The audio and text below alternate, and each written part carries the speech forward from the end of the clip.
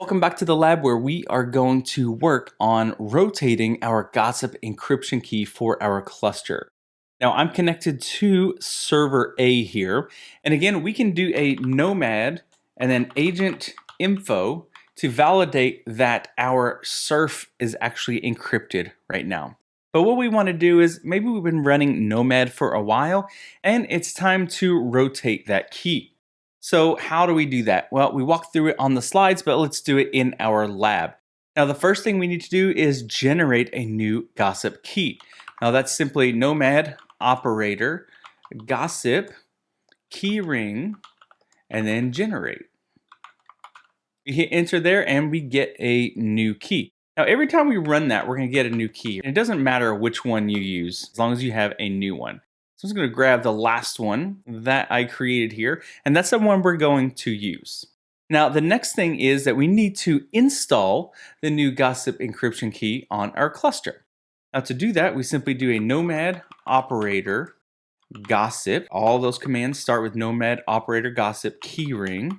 And now we're going to do install, and I'm going to provide that new key. We hit enter here. It says installing new gossip encryption key. Awesome. Pretty easy. Now let's go list our keys that we currently have in our cluster now. We should have two. We have the one that's currently in our config file. Now remember, inside of our configuration file, we provided that parameter in here in order to encrypt our gossip protocol, which is right here. So the current one is currently D07GER. So if we clear out of this, now I'm going to clear out the screen here.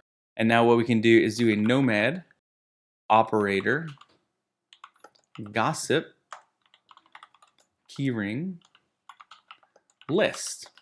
So we should have two keys in here.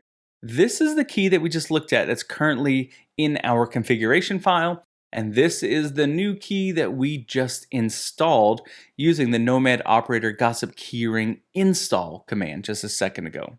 So in this case, we have two keys that are installed. However, Nomad is currently using this key for all gossip encryption. And what we want to do is tell Nomad, hey, you know what? Start using this new key. Now to do that, we simply do a Nomad operator gossip. It's a long command to type out multiple times. Keyring use, and we're going to select this key that we want to use. So I'm going to paste that in there and hit enter. Cool, you can see changing primary gossip key. Now what we need to do is go ahead and remove our old key now that we've installed our key and we've gone ahead and told Nomad to use our new key. So I'm going to grab this key up here and copy that in. And now we're just going to do a Nomad operator gossip keyring remove, and finally provide the key. So we removed our gossip encryption key. Now again, if we hit up a few times and find list, now we only have our one key and it is our new key. Now one thing I wanted to notate really quickly is that if you still look at our configuration file, we don't update our configuration file. You can actually just leave this alone, however it is.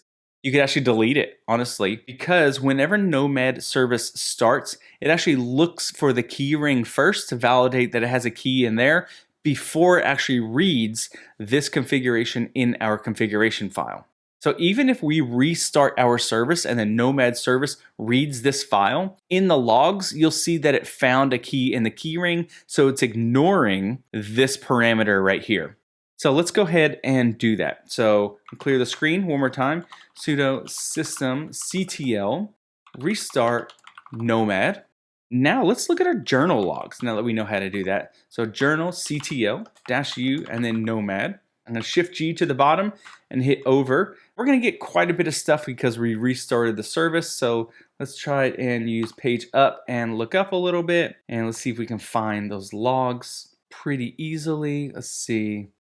Right here, warning, keyring exists but encrypt given. It's using the keyring. So even though in our configuration file we still have that old key, it doesn't matter. Nomad's not even reading that configuration file for that encrypt parameter. It's actually using the key that's in the keyring already. And the cool thing is we did all of this on server A, and when we install the key, it actually broadcasts it out to our other nodes in the cluster, and it updates it and tells all the other cluster nodes to use that new key as well. So if we were to restart any other server in this cluster, even though that old key still exists in the configuration file, it's still going to ignore it because the keyring exists and it's going to use our new key. So I just want to make sure you understand that.